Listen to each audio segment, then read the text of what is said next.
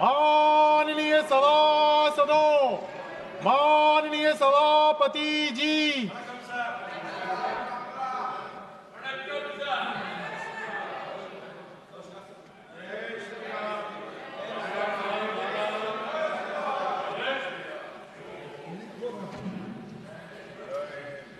Question number 106, Sri C.V. Shanmugam. Not present. Honorable Minister. Chairman, sir, the answer is laid on the table of the House. Professor Manoj Kumar Jha. Thank you, Honorable Chairman, sir. Through you, sir, I request the Honorable Minister to let us know whether the government plans to review the Civil Liability for Nuclear Damage Act 2010 to address any gaps like limited liability, ecological consequences, etc. Thank you, sir. Honorable Minister. Sir, although the question is not related to the original question asked, nevertheless, I would like to mention that as far as the civil nuclear liberties are concerned, we have already, in fact, I'll read out the exact text for the benefit of the. There is already a treaty in place, and India is a part of that. And all the safeguards have been taken care of, and in no way will the supplier be affected, which was actually the apprehension in the early phases, which led to some amount of disenchantment on account of the foreign supply. So this is Civil Liberty on Nuclear Damage 2010. So in case of accident, the first liability is on the operator. In case of operator proving the supplier's fault, then it is the second one. Supplier plus operator insured for rupees 1,500 crore, and operator, that is the NPCL, pays a premium of about 120 crore. And beyond 1,500 crore, the Government of India up to 3,000 crore. And beyond that, since the conventional supplementary compensation, India is part of that too, it is taken care of as far as the nuclear damage is concerned. So all the apprehensions have been addressed from time to time. And I think this debate is now no longer alive, because it was being taken care of for several years now. But at the same time, I'm sure the member would be glad to know that in the recent few years, the Atomic Energy Department, like the Space Department, has acquired an extreme degree of esteem in the world platform. Just as in the case of the space sector, in the last 3 years after it was opened to the private sector, it has made a quantum leap from just one-digit startup, now we are 300. In the space sector also, because the question pertains to the atomic energy, I would rather stick to that. Here also, we have a certain world records achieved in the last few years. In the last 10 years, ever since Prime Minister Modi took over, the KGS-1 in Karnataka, the Kaiga generating station, has completed a record number of 962 days of continuous operation. So India, which was considered to be having a very dismal capacity as far as nuclear energy is concerned, is now setting also role parameters for the other countries. Similarly, our Tarapur plant has completed 50 years of operation, which itself is also a record. And the first indigenous pressurized water reactor is coming up at Kakrapur, Gujarat. All the 4 units have been made functional. The Kundakulam, which was envisaged somewhere in 1989, was lying pending, is also now functional. And besides that, I think living up to Homi Bhabha's declaration of using atomic energy for peaceful purposes, today it is no longer confined only to the limited functions or limited applications. We have atomic energy being applied in a large scale in agriculture, in preservatives of food, also in developing jackets for security persons, etc. So I can go on and on.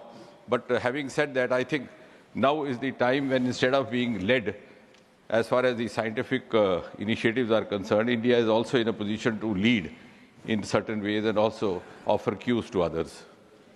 Shri Jairam Ramesh. Sir, I'd like to remind the Honourable Minister that it takes over 10 years to commission a nuclear plant. So if nuclear plants are being commissioned now, they had been set up over 10 years ago. So let's not get into that subject. My question to the Honourable Minister is very simple. Over 40 years ago, the Atomic Energy Regulatory Board was established to enforce safety standards in the functioning of nuclear plants. Now, the Honourable External Affairs Minister is here. In one of his previous avatars, he has dealt with this issue.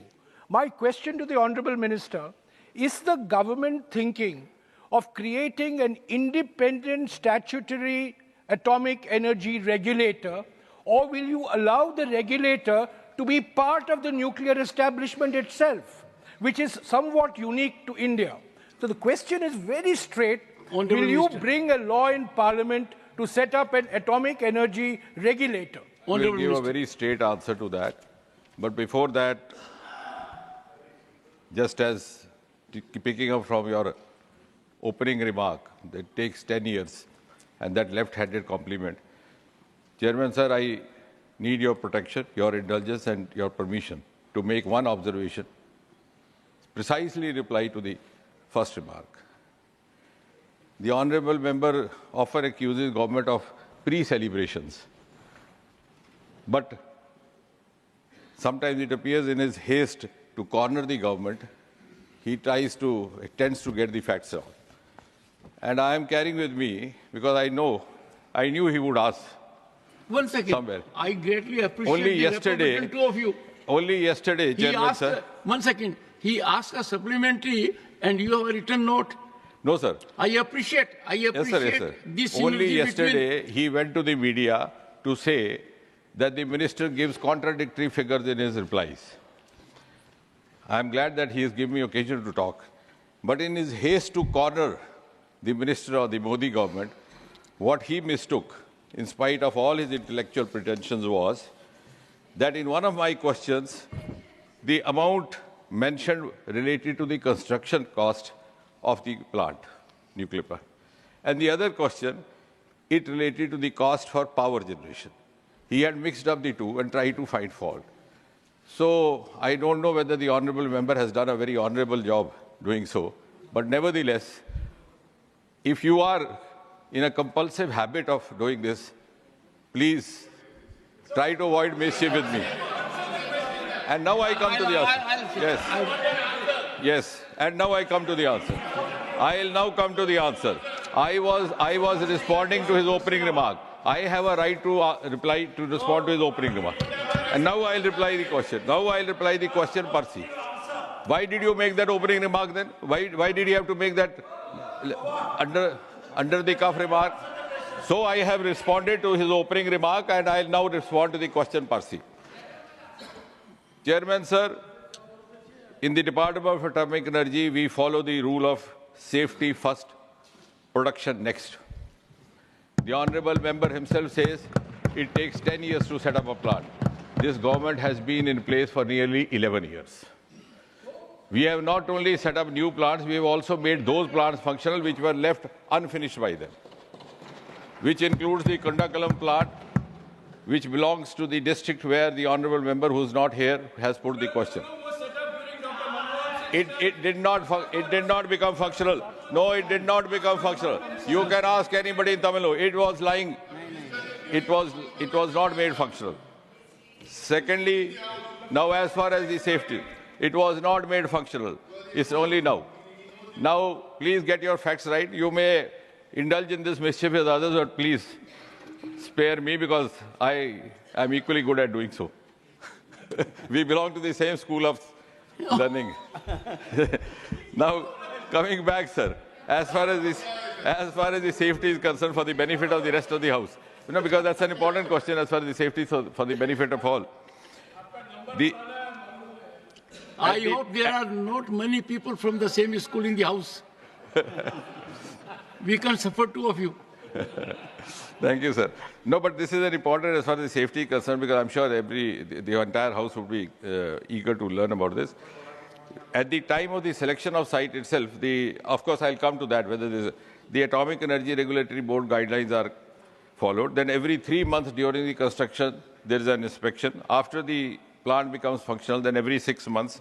After 5 years, there is a renewal of the license. And it is not limited only to the Atomic Energy Regulatory Board, which of course is in place, as the Honourable Member rightly mentioned. We have the international organizations also supervising it. For example, the World Association of Nuclear Operations, which is called WANO, they make periodic reviews. And similarly, for the safety purpose, we have evidence now, which was not done earlier, which is done only now. We have measured, because I think all of us, including the Honourable Member, would learn not to talk without evidence, which he did yesterday. The measure is in microsieverts. We have done a small survey in all the Indian plants. Sir, the critical value of safety of a radiation from any plant is 1,000 microsieverts. But in none of the Indian plants, it crosses even 2 digits. It is in some of the plants, including the Kundakalam, it is 0.081. And now again, my next observation may not be very pleasant for the Honourable Member. In the last 10 years, the level of radiation has gone down tremendously. If, for example, in Kundakalam itself, if it was 0.081 microsieverts, today it is 0.002. In case of Kalpakam, it was 23.140 in 2014, when you left the Department of Atomic Energy. Now it is 15.961. So I think progressively there is a decline, evidence-based, in the radiation emitted. Furthermore, the safety part has also been taken off to the extent that we have learned from the experience of others.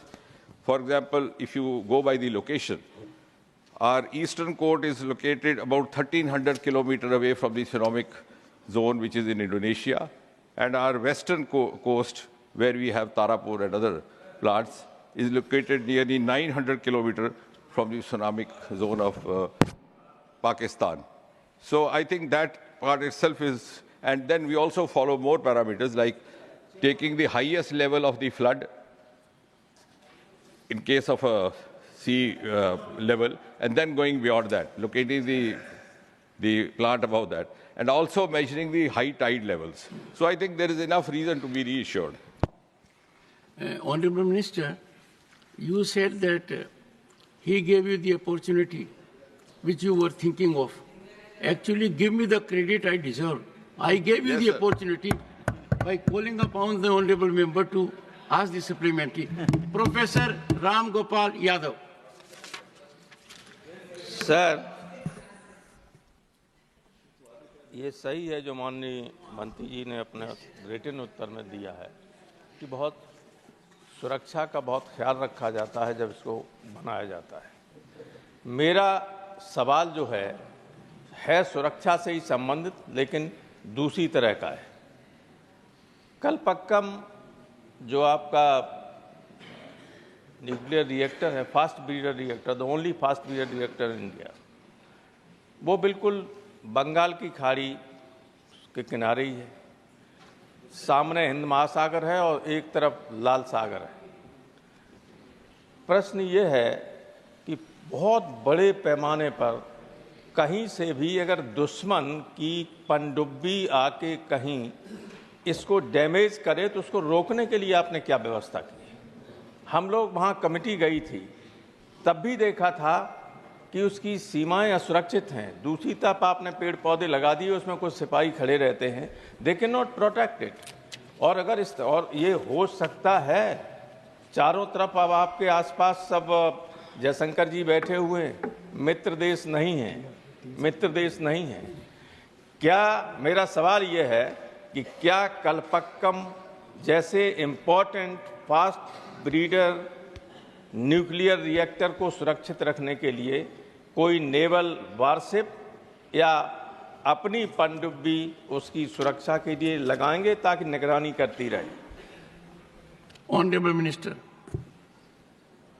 सभापति जी, रामगोपाल यादव जी बड़े हमारे senior और वरिष्ठ सदस्य हैं और उन्होंने बड़ी संवेदनशील विषय उठाया है।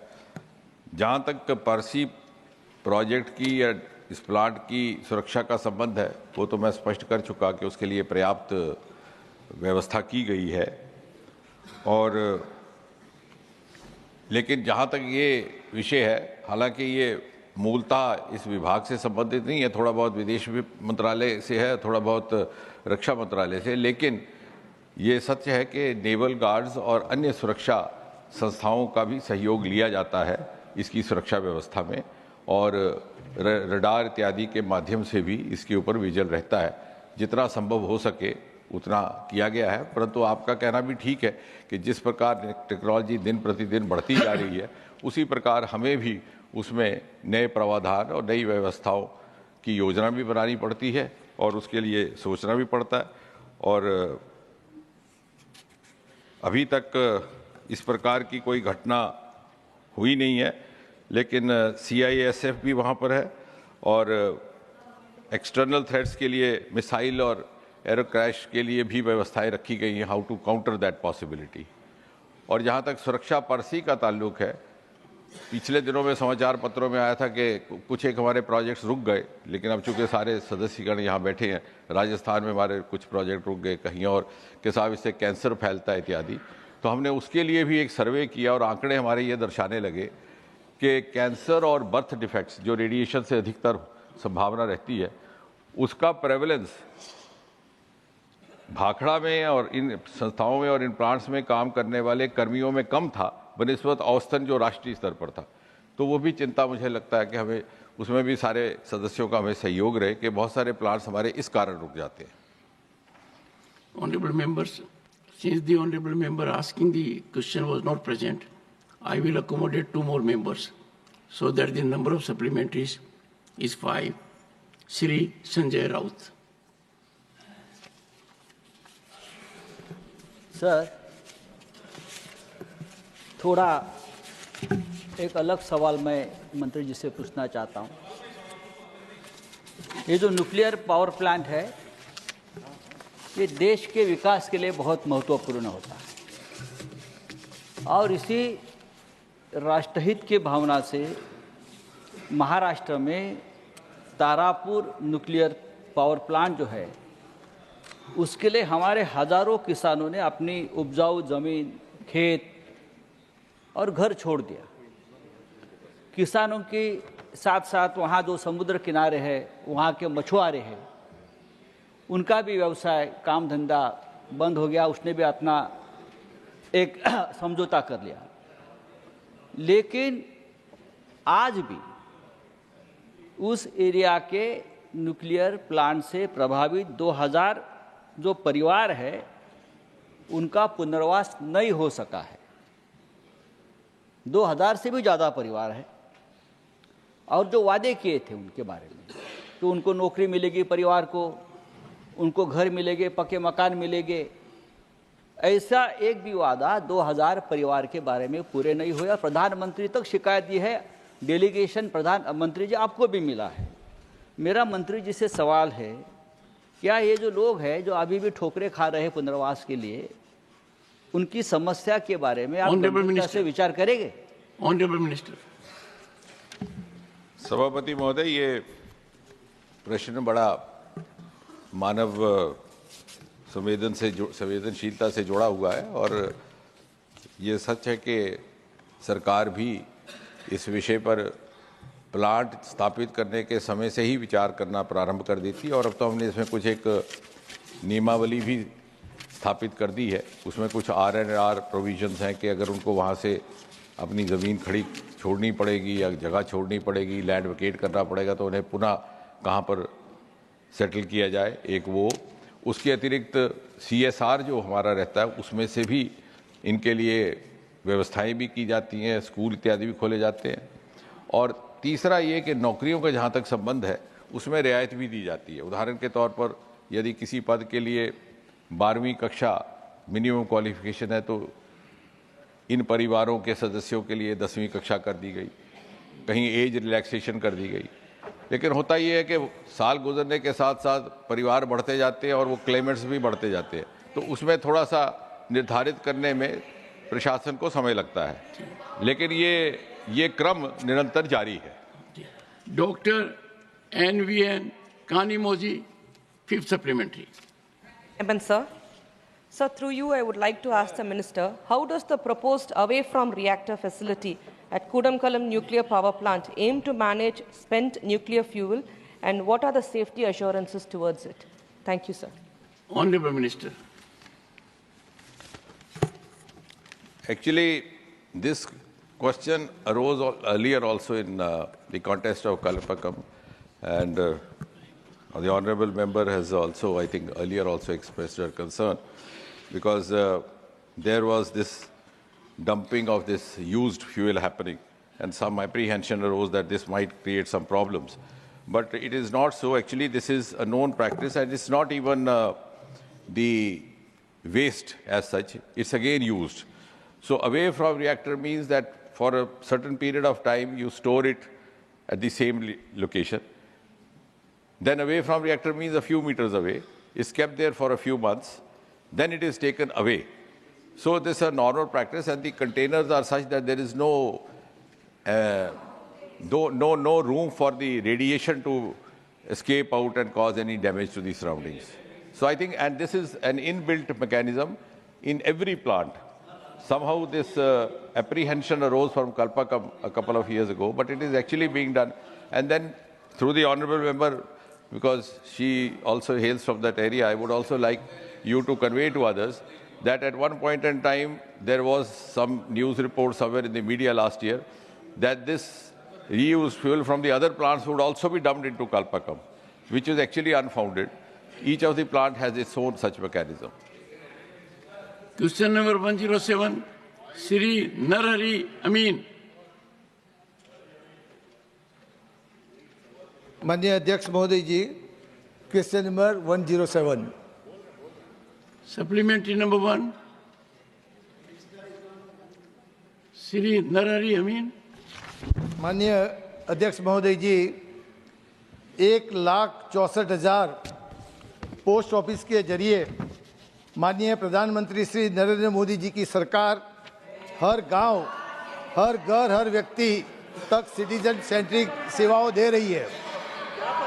2014 से 2024 तक 5,000 से ज़्यादा पोस्ट ऑफिस खुले गए, 1,28,000 लोगों को रोजगारी मिली है, 13,500 से ज़्यादा डाकघरों में आधार सेवा केंद्र बने हैं, 3 करोड़ से ज़्यादा सुकन्या समृद्धि खाते खोले गए, उसमें 1,41,000 करोड़ रुपया डिपॉजिट हुई है।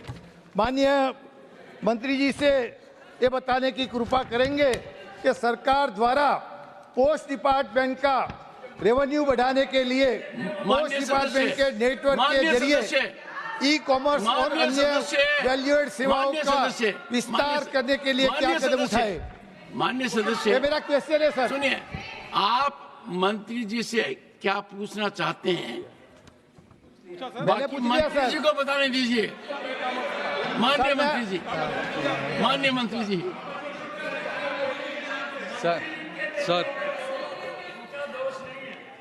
सर मंत्री जी पर आरोप मत लगाओ, नए मंत्री हैं, युवा मंत्री हैं। Yes honourable minister.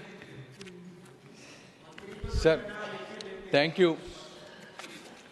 Sir, from stamps to savings, postcard to payment banks, letter to livelihoods, post offices have been transformed under the visionary leadership of Sri Narendra Modi ji to be a backbone of financial inclusion for rural communities, especially women. Sir, we provide services from postcard, mail to savings banks, payments bank, and everything that you can imagine in a rural community. More than 80 services, government to citizen, business to citizen services, whether you call it paying the bills, buying the train tickets, or receiving government beneficiary schemes such as Manrega or PM Kisan. So the post office must be looked at the larger construct of what we want to do for rural communities, especially women. Because if you look at it, sir, on an average, the national banks have around 20% of women accounts. Ever since Modi ji envisioned the development of women and the initiation of India, please listen, India's Post Payments Bank, we have opened more than 45% of women accounts. Never in the history. So, one second. I am coming to one by one, please. Let me answer, madam. I respect all of you. Let me answer you. You can ask supplements. I am happy to answer. Sir, under IT modernization, we spent 5,700 crores. And we have given 1.4 lakh mobile phones and 1.4 lakh thermal printers, 3 lakh biometric devices to make every postman a mobile ATM so that they can go to the doorstep of every rural household and deliver banking services. So what can we charge for these kind of, how can we account the amount of money that we spend on these people? So not everything that the government provides should be considered as part of a business. There is a moral, social responsibility that we make our services not only achievable but affordable for everybody. Thank you. Second supplementary, Sri Narhari Amin. माननीय अध्यक्ष महोदय जी, सरकार द्वारा देश भर में कितने post export केंद्र को स्थापित किया गया और इन केंद्रों से किन किन वस्तुओं का एक्सपोर्ट किया जा रहा है? Honorable Minister.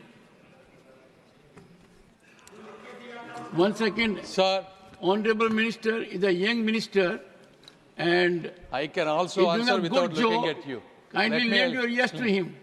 So, Let sir, us have some positive approach. And if he reflects to his leader, well, everyone does. It's a matter of pride for him also, for all of us also. Come on, go ahead. Sir, again, the post offices have been there since 1800s. 18, yes. Correct. No one ever imagined that there should be an export center other than Modi ji. Yes. And, This is absolute. and we have envisioned how to help our rural women, especially self-help group people. And we designed one product for one district.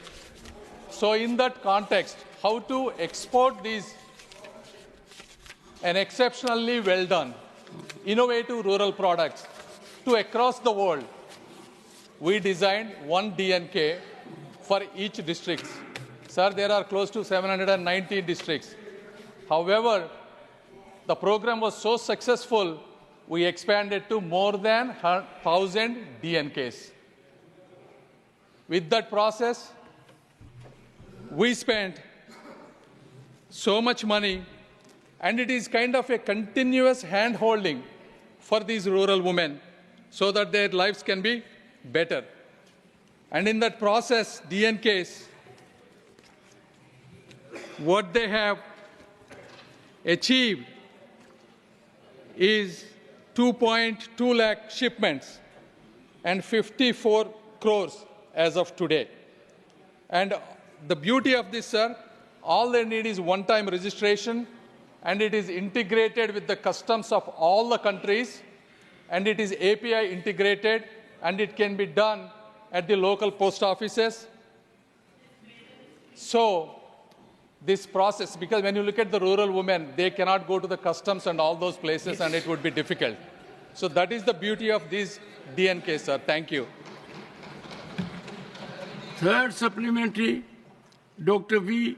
Sivadathan. Sir, the people of the country expecting very good service, effective service from the postal department. But sad to say, the lack of the employees and the post officers, the service is very pathetic in our nation. Sir, my question, in my district, in Kannur, I have participated in a struggle of postal employees. They raised a slogan against the shutdown of the post offices. So my question is, sir, how many post offices have been shut down by this government since 2019? And how many employees, the number of employees has been reduced by this government since 2019? This is my question. I am expecting a very clear answer from our young minister. Honorable member, first, the Honorable Minister has enlightened through us, everyone, that post offices are virtually emerging as nerve center for rural people. And I quite appreciate going to a custom house for anyone, particularly a rural woman, is a challenge she will give up. So have high expectation from the minister. Sir, Honorable Minister. Happy to answer, sir. Sir, to give this background, by the time UPA government started from 2004 to 2014, we used to have 1,55,000 post offices. They reduced 700 7,000 post office, 700 post offices, sir, in their 10 years. After we came, since the government envisioned post office is not for a letter, and this is for the complete upliftment, we have increased the post offices about 10,500. From 1,55,000 to 1,65,000, sir. Out of these, 90.1%, that is close to 1,50,000 post offices are located in rural places and far-reach places. Out of these 10,000 new post offices, more than 5,000 were created at left-wing extremism, LWE, affected areas, sir. And the other, approximately around 4,700 to 800 post offices were constructed where people do not have any post office within the 5-kilometer range. So the goal of Government of India is to have a post office minimum a 3-kilometer distance and the worst case 5 kilometers. So with all these 1,65,000 post offices, we connected every village, sir, and there are no post offices that were closed as far as I know. Thank you. Susri Dola Sen, for supplementary. Thank you, Chairman, sir. Through you, I want to know from the Honourable Minister that at the time of modernization of Biksit Bharat, modernization process of Biksit Bharat of the post offices, whether the law of the land, the labour law as per constitution, is being maintained by the ministry or the department. Incidentally, the citizens of our country, that is we the people of India, according to the constitution, has got services or job of post offices through or by passing UPSC examination, and then being deprived now with the disinvestment process and the corporatization process. whether it will be called modernization? Honorable Minister, Thank you, sir. Dola Senji is a very experienced member of this House. Thank you. Thank you for your concern. In 2013 and 14, sir, the total employees we have is around, sir, I use the round number so that it's easy for everybody to understand. 4,50,000, out of which departmental employees were 2 lakhs and GDS were 2,50,000. And today also, we maintain the exact same ratio, 4,50,000. So none of the employees have been downsized. And now, when it comes to the modernization, sir, before 2014, the way the recruitment of the employees, especially the GDS, Gramin Dak Sevaks, or the transfer, or the compassionate appointment would be at the discretion of whoever is the responsible authority. Ever since we came, we converted everything completely transparent and online. This mechanism, sir, to recruit, it is a merit-based, and to transfer, and I have to tell you, this is my first time being an MP from a local area. A lot of people will come to me and ask me, can you transfer an employee in your postal department? Sir, even me, I cannot transfer even a single employee. What does that mean? It's a completely transparent mechanism. And we do compassionate appointment that is also highly transparent, sir. So the entire modernization process is extremely well done, and rest can be assured. Thank you. And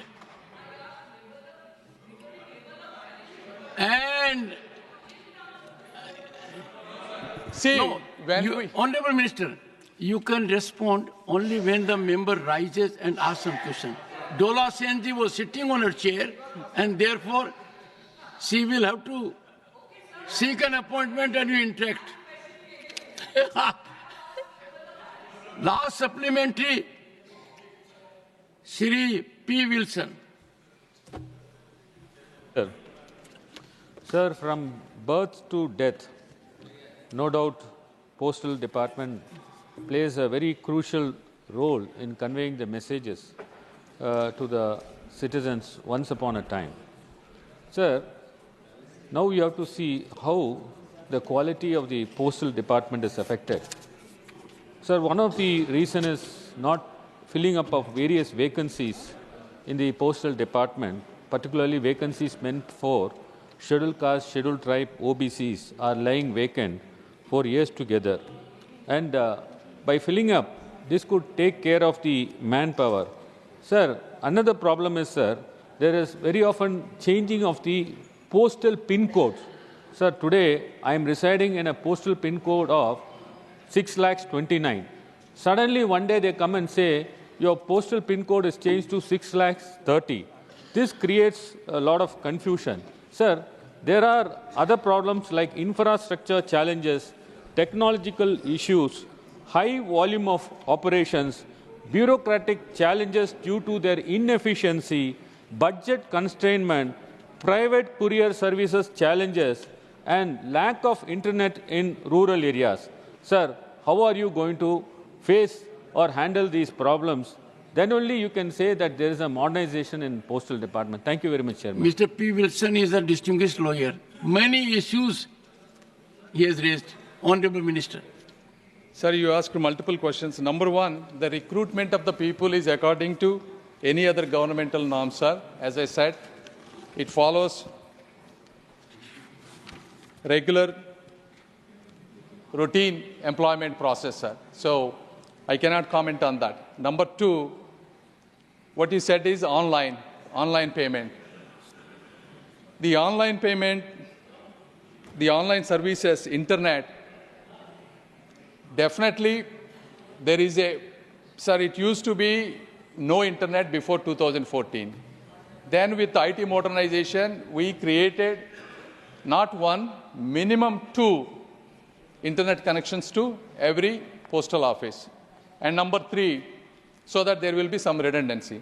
As I said earlier, we bought 1.4 lakh mobile phones because more than 95% of all rural areas are 4G connected, sir. All these new phones are compatible with 4G and 5G, and most of these postal services are being implemented at the doorstep through the mobile phones.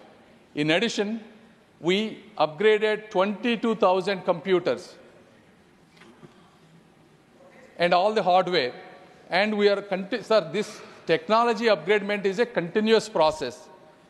As you know, the desktops gets outdated, the infrastructure gets updated, cloud services will be coming. So this will be a continuous process, sir. If there are any specific 1 or 2 areas we are happy to address, please come to our office and tell us, and we have a mechanism to address them, sir. Thank you. For that, you have to invite. Of course, sir. Thank you. Well, I think the sense of the House should be that the Honorable young Minister faced bouncers rather well and then has performed well, I'm sure. We must appreciate his level of preparation. Question number 108, Sri P.P. Sunir. Honorable Minister. Laid on the table of the House. Supplementary number 1, Sri P.P. Sunir. Sir, the amount of exports to Israel since the beginning of the conflict, including equipments that aid in manufacturing weapons. Honorable Minister. Sir, the supplementary asked is not directly related to the question because the question focuses on our position on Palestine, our voting in the UN, the aid sent to Palestine, which I will be very happy to share with the House, sir. With regard to our exports to Israel, in particular, any export which is related directly or indirectly to munitions or military sense, that is not an information that is in the public domains. Supplementary number 2, Sri P.P. Sunir. The position of the Government of India on the International Court of Justice warrant against Israel Prime Minister Benjamin Netanyahu and former Israel Defense Minister Yoav Gallant and a Hamas leader for war crimes, in accordance with international law and rule-based global order. Honorable Minister. Sir, the Honorable Member would be aware that India is not a member of the International Criminal Court. When the International Criminal Court was constituted, the question of our membership was considered. For very good reasons, after a great deal of deliberation, India decided not to become a member. So, with regard to any decision passed by the ICC, it is not binding on us. So, it is not a matter on which we have taken a formal position. Third supplementary, Sri Tiruchi Siva. Thank you, Chairman, sir. Sir, it's very hard content to know from the Minister that India extends humanitarian assistance to the people of Palestine both bilaterally and through United Nations Relief and Work Agency. But a resolution has come upon 27th of October 2023 in the UN. That is protection of civilians and upholding legal and humanitarian obligations.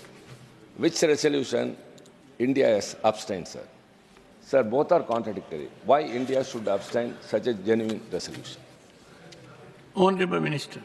Sir, India has given assistance to the people of Palestine at this particular time. I would like, sir, through you to bring to the notice of the House that we make an annual contribution of $5 million to the UNRWA, which is the main assistance providing agency. This amount traditionally used to be $1 million. So during the time of under the decision taken by this government, it was raised from $1 million to $5 million. In recent times, in terms of the conflict, sir, we have provided 70 metric tons of aid, of which 16.5 was of medicines in 2023. We have given 65 metric tons of medicines to Palestinian Authority and to UNRWA in 2024. We have provided 33 metric tons of medicines to Lebanon. Now, with regard to the particular resolution, sir, which the honourable member referred to, we abstained.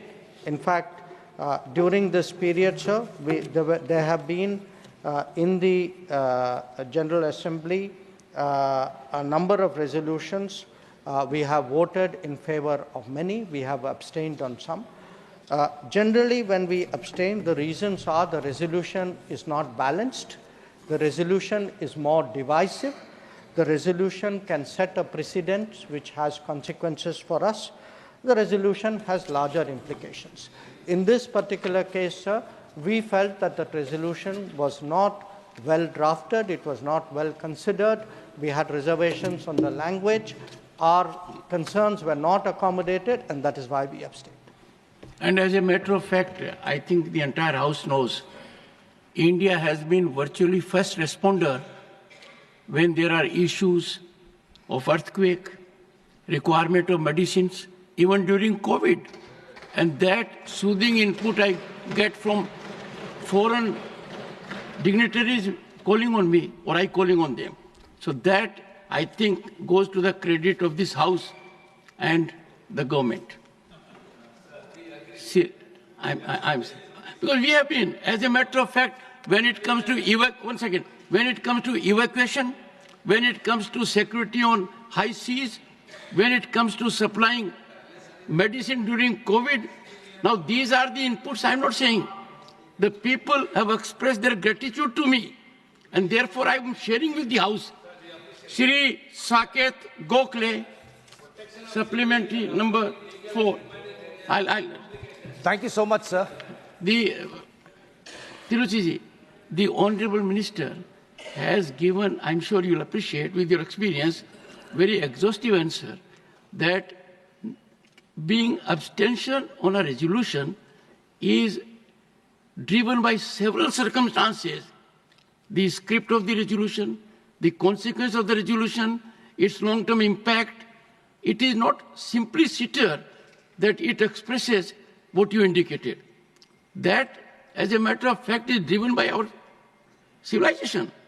Wherever there is a need for humanity, we have been supplying, and sometimes, in toughest of situations, diplomatic also. Saket Gokhale. Sir, thank you very much. Let me express gratitude to the Honourable Minister for the fact that India has always, and previous governments, that India has always been a supporter of a two-state solution in Israel and Palestine, and for the aid that is being sent by the Indian government. Sir, because the question pertains to India's position on Palestine, I have two very specific questions on which I would like to know the government of India's position. Number one, the Honourable Minister just said that we've been providing $5 million of aid to the UNRWA. The UNRWA has now been banned by the Israeli government. So what mechanism, what is our position on UNRWA being banned, and how are we sending aid? And the second point on which I want to know the position is that India has traditionally always, including this government, supported a two-state solution. In the United Nations, we abstained on a resolution against Israeli illegal settlements in the West Bank. What is India's position on the illegal settlements made by Israel in the West Bank and Palestine, sir? Before the Honourable Minister responds, the little I gathered in diplomacy, if you win a battle by argument, you lose it. Honourable Minister. Thank you, sir. Sir, regarding our support and contribution to the UNRWA, this is a decision which we took as a government. We continue to stand by that decision, and we have in fact just released the latest tranche of support to the UNRWA. So I hope the member is reassured on that score. Regarding the two-state solution, we support a two-state solution, and we have been public and unambiguous about that. So I think there should be no cause for confusion regarding two-state solution. Regarding, sir, resolutions, both what the honourable member asked and what the previous honourable member also asked. Again, sir, it depends. Resolutions have implications, as you noted. Their wording is important. For example, in the resolution which the previous member had referred to, sir, there was no reference to terrorism. There was no reference to hostage-taking. So, in our mind, a resolution which does not reflect the entirety of the situation is not a balanced resolution. And a country like India, which is itself a victim of terrorism, if we countenance the fact that terrorism is underplayed and ignored, it is not in our interest that we do so. So when we look at any resolution, we look at the wording, we take a very, very mature view about it. And I want to say, as a matter of principle, we, sir, condemn terrorism, we condemn hostage-taking. We do believe countries have a right to respond to these situations, but countries should be mindful of civilian casualties. They must observe humanitarian law, and we would like a ceasefire and an early end to violence. Our position has been very, very clear, but we would like this duly reflected in well-worded resolutions which are balanced. Question. Last supplementary, Dr. John Brittas. Dr. John Brittas. Thank you very much, sir. Sir, the Honourable Minister has got extensive experience and expertise. He is hands-on all these issues. I think no one disputes that. No one disputes. Okay, go ahead. So I would refer to the diplomatic facet of an issue, which I hope that Minister would sincerely respond to. Is it a fact that Palestine Authority's Minister of State on Foreign Affairs met our ambassador, Ms. Renu Yadav, requesting to reconsider arms sales to Israel due to their usage against Palestinian civilians, and also the need for international pressure on Israel to stop their violence on Gaza? If so, what has been the response of the ministry? Thank you, sir. Honourable Minister, and the Honourable Member seeks sincere response. Sir, so the issue of India's exports, including India's exports of anything which directly or indirectly has any military implications, is guided by our national interest and by our commitments to various regimes. So we are very responsible members of various international regimes, including the Wassenaar Arrangement. We have an export control and licensing process, and we take decisions regarding any exports which is based on what we consider to be our national interest. Where Israel is concerned, it is a country with which we have a strong record of cooperation in national security.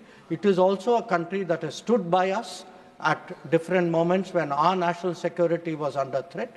So when we take any decision, we will bear in mind, obviously, the larger circumstances, but we will definitely be driven by our national interest in this matter. Question number 109, Sri Raghav Chadda. Sir, question number 109. Honourable Minister. उत्तर सभा पटल पे रखा गया. Supplementary number 1, Sri Raghav Chadda. Sir, इस सदन के नेता रहे स्वर्गीय अरुण जेटली जी, जिनके साथ मेरा व्यक्तिगत रिश्ता कुछ खट्टा मीठा रहा, वो कहा करते थे कि pre retirement judgments get influenced by post retirement jobs. और मुझे लगता है इस सदन में बैठे कई सारे साथी इस कथन से सहमति अपनी दर्ज करेंगे. सर, पिछले कई सालों से, एक लंबे समय से एक चलन चलता आ रहा है कि जजों की रिटायरमेंट के बाद उन्हें एग्जीक्यूटिव रोल्स या पॉलिटिकल रोल्स दिए जाते हैं. कुछ लोग हमारे सदन में गवर्नर, राज्यसभा सदस्य बनकर आ जाते हैं, कुछ लोग रिटायरमेंट के बाद कई सूबों के गवर्नर लग जाते हैं. इससे कई प्रकार के सवाल जनता के मन में आते हैं. कॉन्फ्लिक्ट ऑफ इंटरेस्ट का सवाल आता है, एग्जीक्यूटिव इंटरफेरेंस इन जुडिशियल प्रोसेस का सवाल आता है, इंडिपेंडेंस ऑफ जुडिशरी का सवाल आता है. तो मेरा सरकार से यह सवाल है कि कुछ सुझाव जो लगातार कई समितियों के माध्यम से भी सरकार के पास आए, जो मैं अभी बताना चाहता हूं, इस पे सरकार का क्या विचार है. पहला, कि जजों की रिटायरमेंट के बाद एक कूलिंग ऑफ पीरियड होना चाहिए कि करीब करीब 2 साल तक किसी भी जज को रिटायरमेंट के बाद कोई एग्जीक्यूटिव या पॉलिटिकल रोल ना दिया जाए और किसी समिति की चेयरमैनशिप भी ना दी जाए।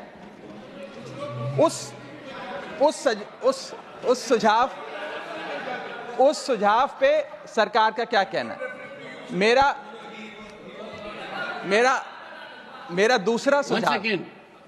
Well, to satisfy my very dear friend Jairam Ramesh, in the United States, they brought a serious issue, conflict of interest of advocates. And they wanted to keep lawyers away from Congress and Senate. It was severely debated. Ultimately, it was found that if conflict of interest issue has to dominate, then House will be empty. Because someone will always have conflict of interest. Honorable member,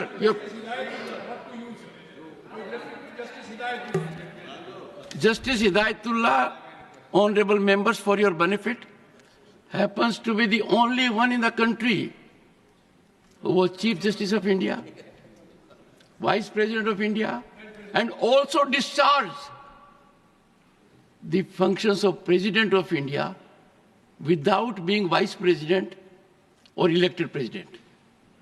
Something very rare.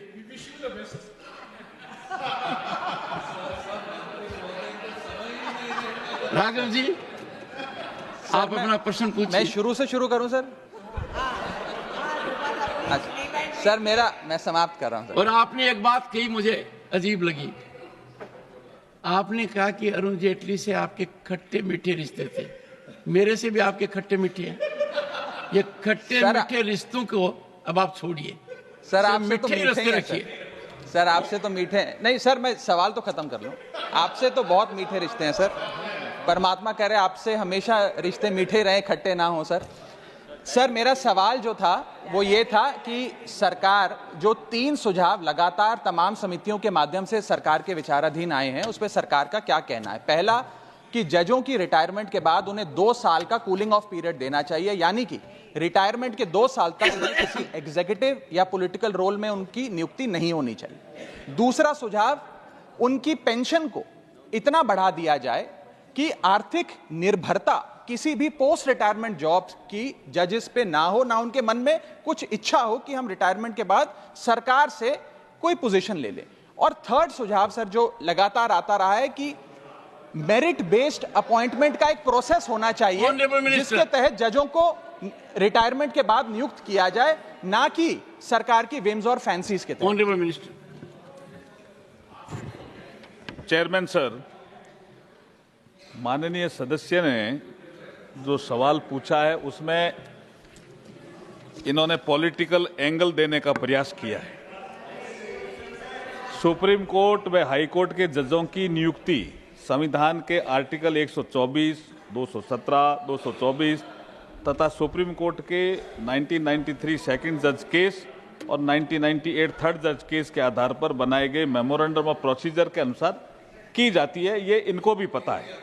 वर्तमान में high court के जजों की retirement age 62 years है, supreme court के जजों की retirement age 65 है और जो डिस्ट्रिक्ट कोर्ट हैं उनके रिटायरमेंट की एज 60 है। ये जिनका जिक्र कर रहे हैं कि एक चीफ जस्टिस कॉन्फ्रेंस हुई थी, उसमें एक रेजोल्यूशन लिया कि जजेस की रिटायरमेंट की एज बढ़ानी चाहिए। एक ये पार्लियामेंट स्टैंडिंग कमेटी जिनका जिक्र कर रहे हैं 2010 की, उसने भी अपनी 39th रिपोर्ट में कहा कि हाई कोर्ट के जजों की उम्र 62 से 65 करने का एक रिकमेंडेशन जिसका इन्होंने जिक्र किया, लेकिन इन्होंने इसका जिक्र नहीं करके एक दूसरा विषय रखा कूलिंग पीरियड का। मैं आपको ये बताना चाहता हूं कि वर्तमान में तो जजेज के जो रिटायरमेंट की एज है उसके बढ़ाने का कोई प्रस्ताव सरकार के पास विचाराधीन नहीं है। जी आप ये बताइए ये कूलिंग पीरियड क्या है? पहले मेरे समझ में नहीं आया है। सर आप तो संविधान के ज्ञाता हैं और देश संविधान से ही चलता है। संविधान में कोई कूलिंग पीरियड का वर्ड है ही नहीं, इन्होंने इजाद किया है मोदी जी की आलोचना करने के लिए, और कोई विषय नहीं है। और मैं ये कहना चाहता हूं जजेज के सुप्रीम कोर्ट और हाई कोर्ट में जब वो रिटायर होते हैं तो ये जो इंस्टीट्यूटरी बॉडीज बनी है ये मोदी जी ने बनाई है क्या? ये ट्रिब्यूनल बने हैं, ये मोदी जी ने बनाए हैं क्या? ये देश में पहले से ही है। अगर आप एक्सपर्ट आदमी जो आपके योग्यताएं तय की हुई है कि हाई कोर्ट का रिटायर्ड जज होना चाहिए या हाई कोर्ट का चीफ जस्टिस होना चाहिए या सुप्रीम कोर्ट का रिटायर्ड जज होना चाहिए, अगर हम भरेंगे ही नहीं इनको तो इनमें काम कैसे होगा साहब? The House stands adjourned to meet at 2 p.m.